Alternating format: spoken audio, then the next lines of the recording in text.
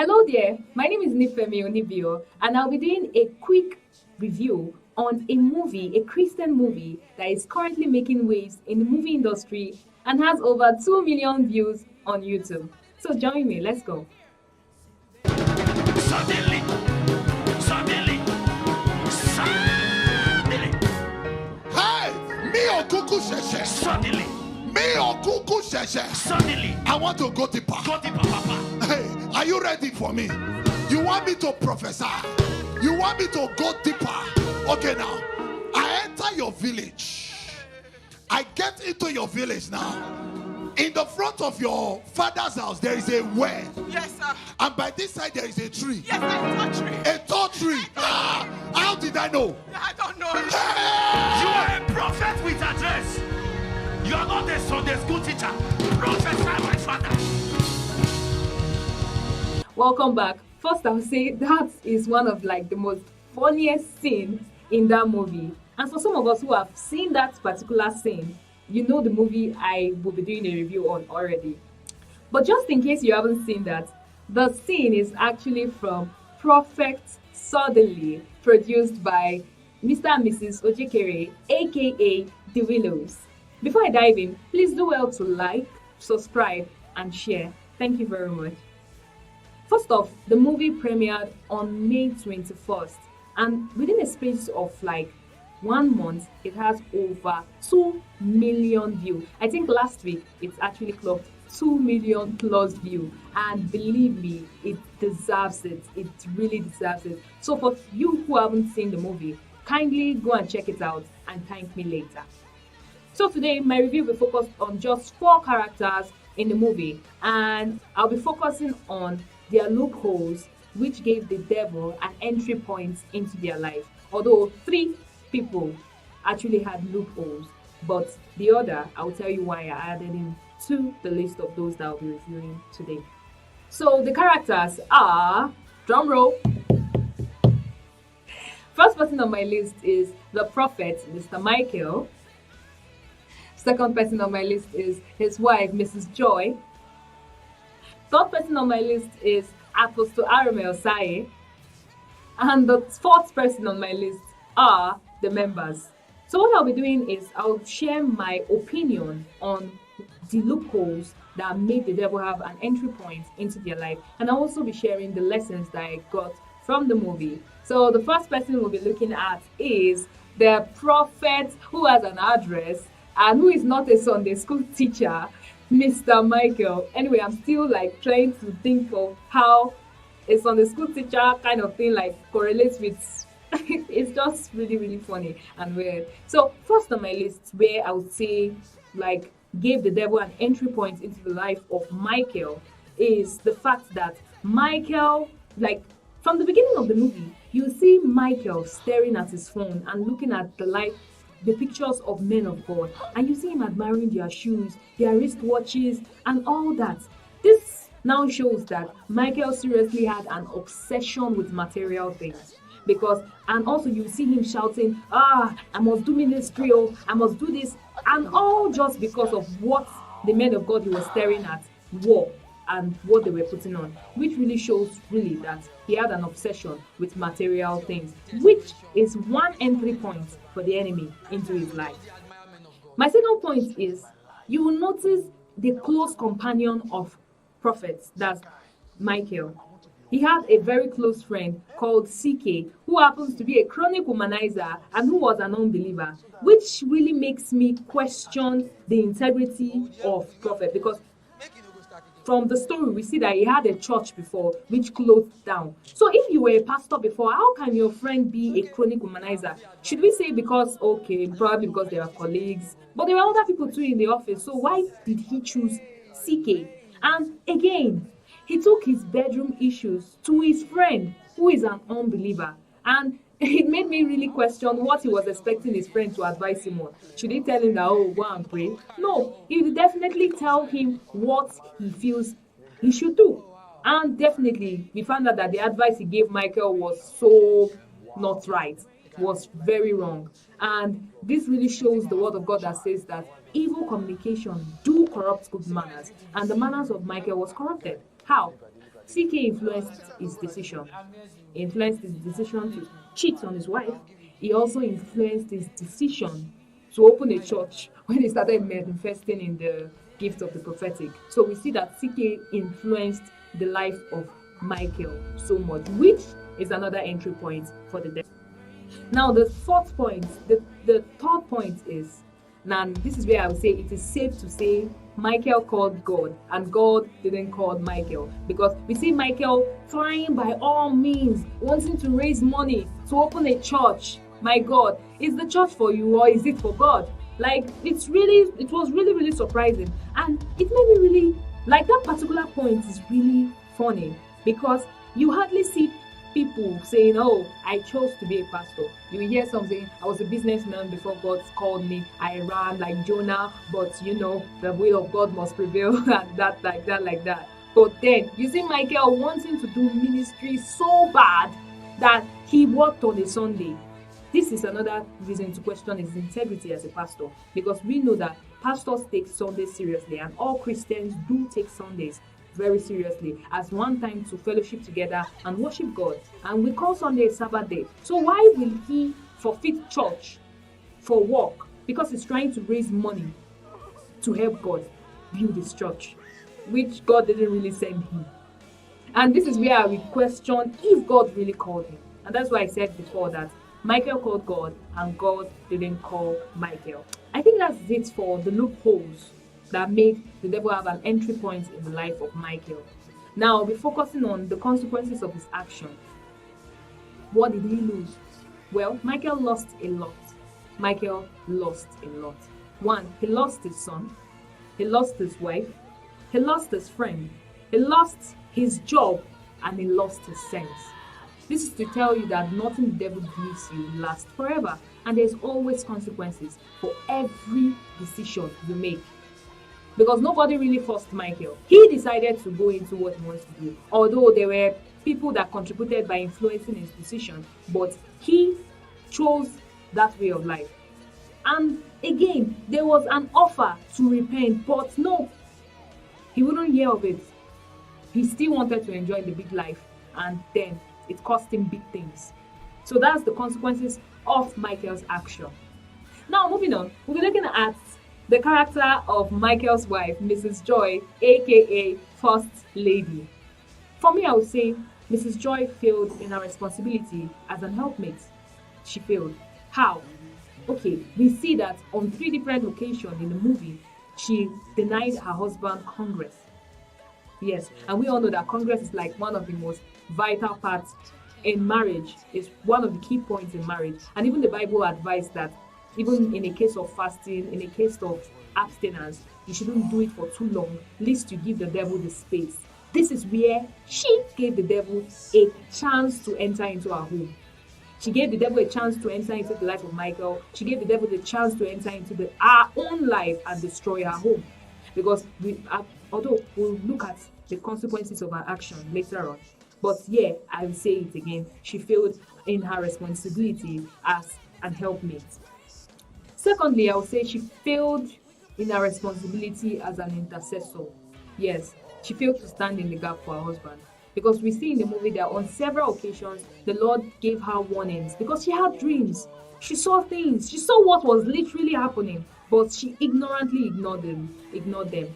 And it makes me also feel like she depended so much on her husband to be the prayer warrior than she. Because we see in the scene when she had this dream, she took it to him and he just like, no, just disregard the dream and all that. We never saw a part where she prayed secretly for her husband. No. We only saw her enjoying the good life and all that. This is why I said she failed in her responsibility as an helpmate. Now, the third point I'll be looking at is that the third point in which where I would really question her and feel like she was not really rooted in God, just like her husband. Because Michael too wasn't really rooted in God. Because if he was rooted in God, he will understand that there were times and seasons for everything. He was too hasty. We never saw a point where he sought the face of God. No, he was too hasty. So just like they say, iron sharpeneth iron, his wife too wasn't rooted in God. such that she was ready to conceal the sin of her husband instead of voicing out. When she found out that her husband was committing sexual immorality, rather than rebuke him when he was trying to convince her that, oh, let us not now fall from grace to grass. No, she joined together. She joined hands with him and hid the sin. And that was what cost her a lot, because she too lost her son, she lost the husband, and she lost herself. Because we see her dejected, we see her, she lost her marriage, she lost everything. And that is where I would say that is the consequences of the actions she took. First, the consequences of her action in the first point, she lost intimacy with her husband, because her husband now started sleeping with other women and was no longer attracted to her. Secondly, she lost her son, she lost her husband, she lost her status. In fact, things became worse than it was. So she really failed in her responsibility as a helpmate, because when a man transgresses at a point, you as a wife who is supposed to be an helpmate will be held somehow responsible, because it is not just about the man failing, it is also about you. So I feel she failed in that particular aspect. So moving on, I will be looking at the character of Apostle Arome Osayi. I can't tell you how happy I was when I heard that he would be in the movie. I was like, Kai, fire in a movie. This movie must be hot, hot. Although I didn't watch the movie the first time it came out, I watched it a few days back. And I was like, why haven't I watched this movie since? Why? Because why I didn't watch the movie at first was because I was like, this movie will scare you.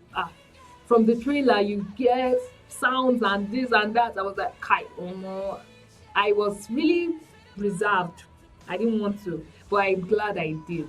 And Apostle Arome delivered so well. So why I added this character, I told you earlier that I'm focusing on 3 characters and I'm focusing on the loopholes that made the devil have an entry point in their lives.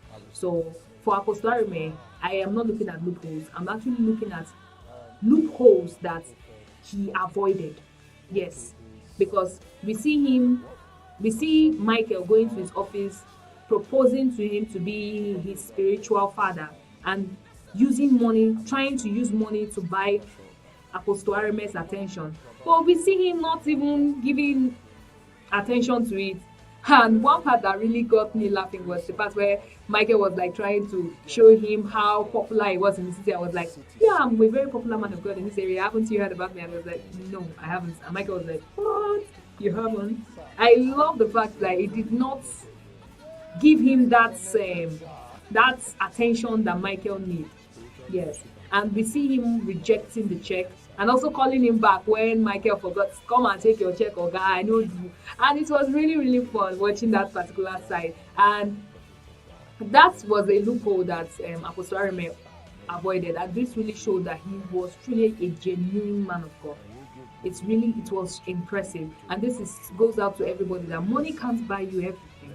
Because Michael thought money could buy him a father. And which is quite funny. Can a son choose the father that will get him? No. So Michael was disappointed. So Apostle Arome really did a very fantastic job. I am talking about him as a character in the movie. And also I want to commend the apostle for reaching out to Michael, even when Michael lost.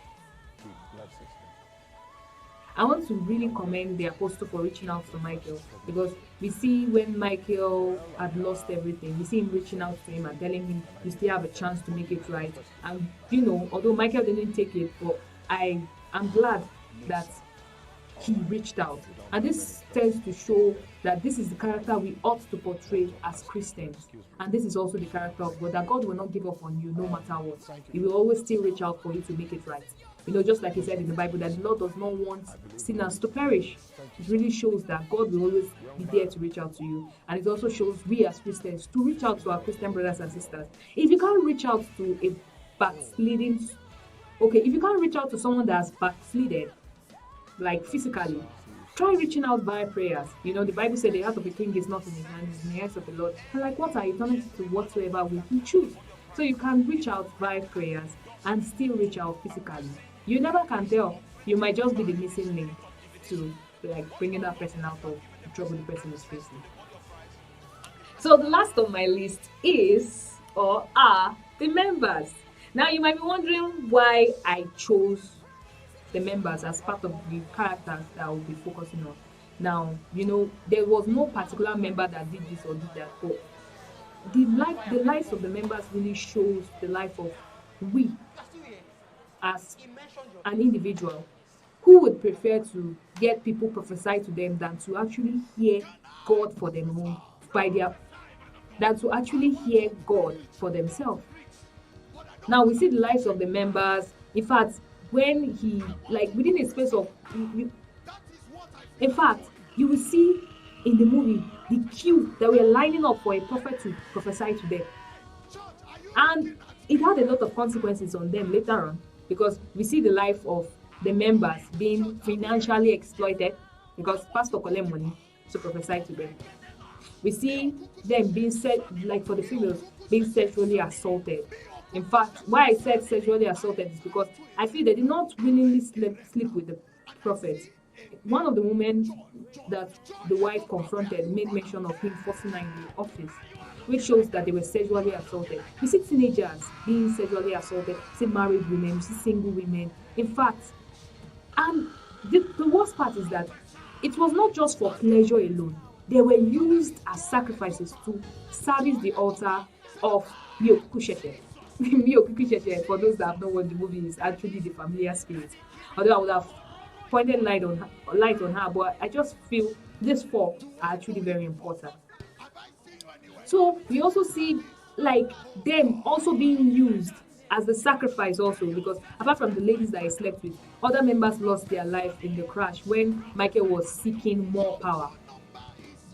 And this really shows that if you don't know God for yourself, people will tell you who God is and how you should worship Him rather than know Him by yourself, rather than know how you should worship Him by yourself.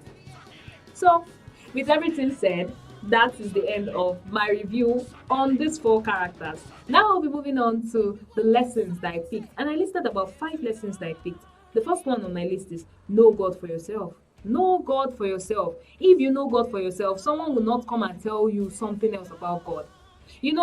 There's something in the Bible about Apostle Paul in the Bible. He said he loved a particular set of people because whenever he tells them this about God, they go to the book and check if what he says is correct. Know God for yourself such that when somebody is manifesting differently, you can tell the Spirit of God in the life of a person and that of the devil working in the life of a person. I mean, to me, I feel that the congregation were so gullible. How? He kept mentioning one particular kind of tongue, and you guys did not suspect, although he didn't show, but at a point you should have suspected something now, a foul play. When it was like, brosi. Anyway, my second point is, do not get carried away with modern things. Yes, when you get carried away with modern things, when you get carried away with wanting the good life, wanting pleasures, yes, God can offer you all this, but then there is a process to it. But most people don't want to go through the process. When you get carried away with modern things, the devil will never tell you to wait before he gives you something. Rather, he will ask you, he will tell you, I will do this for you. What are you willing to drop? Something must drop. So when you don't carried away with modern things, you must drop something to get that thing. Just like a saying says, for everything you have gained, you've lost something. And for everything you have lost, you've gained something. It's true, but it's just that it's either negative or positive. My third point is, one sin always leads to another. You see the life of Michael now. You see him, from assaulting the ladies, that's using the ladies as a form of sacrifice, to going deeper by using the blood of the son, blood of the members. He had to go deeper. Yes. It's now this is me trying to tell you this, that there are some people that do this advertisement on Facebook and the rest that there is no blood money required, just come, we are brotherhood, we will take care of you. All is lie. You join, later on you must drop something. Blood is one important key thing in the realm of the spirit, so definitely you must drop something. So anybody that is telling you that no, we go do ritual without blood, my guy, forget that thing, that's a lie. Forget it, that's a lie. So one sin will always lead to another. If you lie small today, you will lie big tomorrow. My fourth point is, there is always a chance to make it right, and that was one lesson I learned. And that's the case of Apostle Arome Osayin reaching out to Michael and telling him that he could still make it right with God. But Michael refused the offer. So God is always reaching out to you. So irrespective of what you've done, irrespective of the sin you think is unpardonable, in fact, there is no sin that is not pardonable. God is still reaching out to you. God still wants you. God still loves you. In the Bible, in the book of Romans, it said that what can really separate us from the love of God? He said, not angels, not beings, not principalities, not powers, not even your sin. He's reaching out to you. And I came across a passage in the Bible that says, the Lord, whosoever calls upon the name of the Lord will be saved. So irrespective of who you are, call upon the name of the Lord and he will save you. Now, my last point is always checkmate your desires. Always checkmate your desires. Anything that is not pleasing God, anything that is outside of God, do not desire it. Because from your desires, you attract the spirits that will want to give you what you want, but at a cost and at a price.